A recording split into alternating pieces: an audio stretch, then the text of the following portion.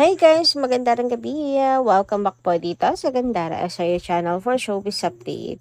Ang tatalakayin nga natin ngayon at pag-uusapan mga kakimpaw ay pumapatungkol nga po dito sa pagkakadawit or idinadawit mga kakimpaw na pangalan ni Paula Avellino sa interview ni Janine Gutierrez. So bakit nga ba pilit po na dinadawit ang pangalan ni Paula Avellino doon? So anong kinalaman ba ni Pau sa naging interview nitong si Janine at syempre tungkol na rin po sa pagbibigay ng aksyon ng Star Magic Polaris mga kakimpaw hinggil po sa mga death threats ng kanilang artist.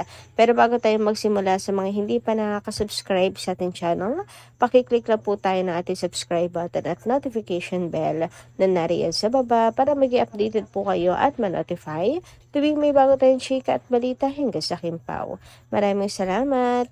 At ngayon naman dumako tayo sa pagbabasa po ng komento mula sa atin po mga subscribers bilang pasasalamat sa walang sawang pagsuporta at pagtutok sa ating mga balita. Narito ang comment na napili natin basahin for tonight. Mula po ito kay Miss Lolita Maestrado. Shoutout po sa iyo at magandang gabi.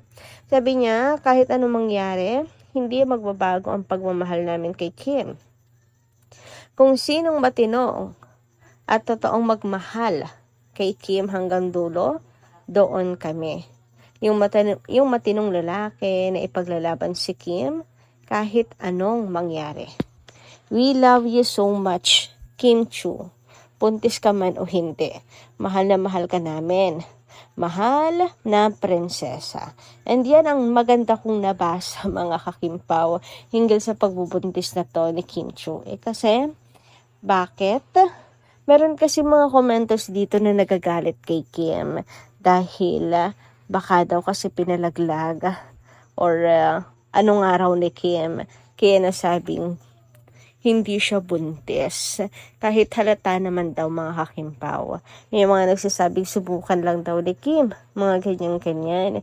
Malabo po naman yan sa sa itsura ni Kim.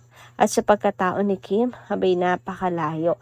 Mga kakimpaw, bakit ba iniisip ng iba na ganun? Dapat lagi po natin suportahan si Kim at pagtiwala tayo sa kanya. Bakit ba nagustuhan si Kim? Hindi ba dahil sa kanyang ugali? Si Kim yung tao at artista na talagang hindi po peke, mga kakimpaw. What you see is what you get. Wala pong dual face si Kim. Unlike dun sa iba, mga kakimpaw, na ibang pinapakita sa camera. At iba rin yung ugali talaga mga kakimpaw. Si Kim, what you see is what you get. Yun na yun mga kakimpaw. Talagang matino po si Kim, may takot po sa Diyos at mabuting tao. Never niyang gagawin yung mga ganung bagay. Kaya dapat tiwala lamang po tayo sa kanya. Bakit nawawala yung tiwala na yun? Dahil hindi nangyayari ang gusto niyo pong mangyari. Kaya saludo dito sa ganitong klaseng komento mula kay Miss Lolita Maestrado na mahal natin si Kim no matter what mga kakimpaw. At hindi po siya tatalikuran at nandun ang ating pagmamahal, pagtitiwala at suporta sa kanya. Samantala, sabi naman dito ng next commentary natin na si Miss Norma Nengasca. Sabi niya rito, shoutout po sa inyo at magandang gabi. Kahit anong gawin ng mga inggitera, hindi nila matatalo ang Kimpaw. Kahit wala na ang Kimpaw, magpahinga muna sa panood ng TV. Abangan na lang ang Kopino. Wala akong gana sa mga palabas ngayon. Kimpaw lang talaga ang magandang panoorin. Love you both, Kimpaw. Waiting sa another project niyong dalawa. Kahit next year pa yan. Kaya lang, wag naman sana soon. Wag naman sana. Soon as possible na. Ayan. Okay lang pero wag naman sana. Oo, ganun din naman talaga nga mga kakimpaw. As much as possible. Ngayon na sana mga kakimpaw. Pero may good news tayo, Miss Norma Nengasca. Kasi nga, hindi lang po Kopino ang ating aabangan kina Kim and Paolo, kundi na rin ang kanilang movie, mga kakimpaw, na A Perfect Marriage. Sana ay ipalabas nga po yan ngayong Desyembre at makasama sa official entries ng MMFF 2026. Na-announce na rin po ni Kimi yan na confirm na rin po yan mga kakimpaw ng Quantum Films na si Kim and Paolo nga po ay may bagong movie na ginagawa ngayon. So ayun, naghihintay na lang talaga ako ng official announcement kung makakasama ba ang Perfect Marriage sa official entry. So September 30 pa naman po ang deadline. So may oras pa sina Kim and Paolo Avellino to submit. So ayun, thank you so much po ulit sa inyong komento, Miss Norma Nengasca, and mabuhay po kayo. So ito na nga, tumako naman tayo ngayon at pag-usapan ng ating mga topic ngayong gabing ito. Unahin na natin pag-usapan ng tungkol nga dito sa gusto pong palayasin na ng iba si Kim Chiu sa It's Showtime. Yes mga kakimpaw, alam niyo naman ng mga haters, gustong-gusto na pong patalsikin sa Kimi sa It's Showtime. Kasi nga, basura lang daw si Kim doon at ang sakit niya lang daw sa mata, hindi naman daw po mahusay na host si Kimi. Ang dami pa nilang mga alibay, mga Kimpaw. Hindi lang matanggap na meron po si Kim natanggap na award bilang best host, no? Magiging best host ba yan kung siya isang basura, di ba mga kakimpaw? Anyway, inggit lang din siguro sila kasi si Kim nga daw po ay isa po sa mga malaki ang sahod sa Showtime. Isa. Yun yung nasagap natin, chika. Sabi nga dito, naalala ko dati, nung bago si Kim sa Showtime, si Vong mismo nagsabi na isa si Kim sa malaki ang sahod doon kasi naka-base yung talent fee niya sa status niya as a celebrity. Hindi sa tagal sa show. Kaya madali nila siya harbatan lagi para manlibre at hinga ng mga donations. So, ito ata siguro yung, oo nga no, baka ito yung pinagpuputok po ng butse ng mga bashers, mga kakimpaw. O maalam pa sila sa management, bakit hindi sila doon mga lampag, diba? Bakit kay Kim sila galit na galit? Kasalanan ba ni Kim na marami nagmahal sa kanya simula PBB days hanggang ngayon? Nagpakatotoo lang naman si Kim. And dahil sa kanyang pagpapakatotoo mga kakimpaw, nakuha niya ang puso ng masa. Well, sorry na lang sila mga kakipi. Dahil hanggang inggit na lang talaga sila mga kakimpaw. Wala na pong patutunguhan yan. Ilang beses na nilang sinabing mawawala na si Kim sa Showtime kasi ganito, pero still diba, nandyan pa rin si Kim. Sa to say lang, hindi talaga nauubusan ng mga bashers ng alibay, and pati yun, ginagamit pa rin nila kay Kim para batikusin, like, malakas daw kasi ang kapit kasi bata, ganyan, bata ni ganto, ni ganyan, na para bang napakarumi ni Kim Chiu, mga kakimpaw, at gumagamit ng ibang or hindi kanais-nais na taktika sa showbiz. Hindi ganun si Kim. Lahat po ng narating niya ngayon sa buhay ay dahil sa kanyang kasipagan, sa kanyang diskarte, and sa patuloy niyang pag-i-improve sa sarili, mga kakimpaw. Diba? Kung gusto rin nila ng katulad ng buhay ni Kim, abay magsipag-sipag din sila at iwasan po ang mangialam sa buhay ng iba, lalo na kung wala naman silang ambag, mga kakimpaw. Anyway, ngayon naman pag-usapan natin ang tungkol nga po dito sa mga threats na natatanggap ni Kim kamakailan.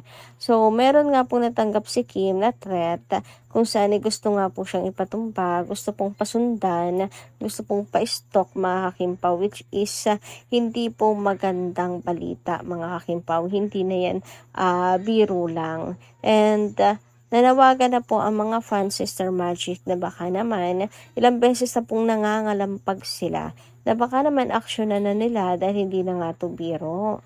Ang kaso hanggang ngayon ay wala pa rin pong kasagutan ang Star Magic Pills tungkol dito. Kaya ito pong nilabas ng Star Magic Polaris, mga kakimpaw, na statement sa death threats and all ay agad pong pinag-usapan sa social media at nainggit ang Kim Paulanges kasi buti pa nga daw po ito at meron pong action at care sa kanila pong artist. Samantalang ang Star Magic Pills daw po ay wala. Kasi ilang beses nangangalampag, kahit statement lang daw po ay wala. Anyway, ito po pala yung statement ng Star Magic Polaris. So, nakasaad dito, Star Magic Polaris does not tolerate threats, derogatory remarks, or personal attacks against our artist. These actions can have serious consequences, and we will take legal action when necessary. We also encourage all fans and supporters to help foster a safe and respectful online community where everyone can freely express their love and support for their favorite artist without resorting to hate or harassment. So, ayan mga kakimpaw. Meron po silang pag-action at hindi po tinotolerate nga yung mga ganyan pong threats. May mga consequences yan, mga kakimpaw. So, parang nainggit naman po ata ang Kim Paulanjas dito. Sana, ganun din daw po sila kay Kim Chiu. Na sana po ay pakitaan naman daw po ng pagmamahal. Sabi nga dito, buti pa itong SM Polaris may care sa artist nila at naglabas ng ganitong statement. While Star Magic feels na mismong talent agency ng Kim Pao quiet when they were being bashed and threatened. Chika. Hashtag a perfect marriage. Hashtag Paula Avelino and hashtag Kim Chiu. O diba may pagtatampo mga Kim Pao. So kayo, anong inyong say tungkol dito? And ngayon naman dumako tayo at pag-usapan nga po ang pagkakadawit ng pangalan ni Paula Avelino dito po sa interview ni Janine Gutierrez mga kakimpaw, kung saan ay inamin nga daw po itong niloko ng lalaki. So, sino kaya yan mga kakipino? So, may picture dito, naka-blurred lang. Palagay niyo sino po yung nilagay nila dyan. So, the who nga itong nanloko kay Janine. Sabi nga dito, the who, usap-usapan na naging pag-amin ni Janine Gutierrez tungkol sa masakit na karanasan niya sa pag-ibig matapos umano siyang maloko ng isang lalaking minahal niya noon. Hindi man niya pinangalanan kung sino ang tinutukoy, marami ang naging curious kung sino kaya ang lalaking minsang nagbigay sa actress ng matinding heartbreak. And alam nyo ba ang comment section, mga kakimpaw, ay puno po ng pangalan ni Paulo Avelino. So si Paul lang naman po ang tinuturo at dinadawit dyan sa lalaking nanloko po kay Janine. Grabe, ilang extent po kaya meron itong si Janine, no? Bakit si Paulo Avelino ang naisip agad? Pwede namang yung ibang ex niya, diba, mga kakimpaw? So, narito nga ang ilan sa mga reaksyon at comment, mga kakipi. Sabi dito, hindi naging sila ni Paolo. Pang-screen lang ang namamagitan sa kanila. But nag-overthink si girl. Kala niya may pagtingin si boy sa kanya. Kaya she felt betrayed and parang hindi pa nakamove on.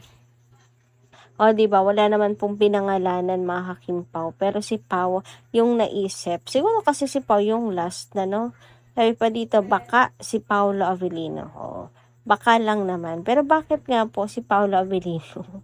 Pwede naman yung ibang ex. Eto pa, kung kanina baka, ngayon naman siguradong sigurado. Si Pao yan.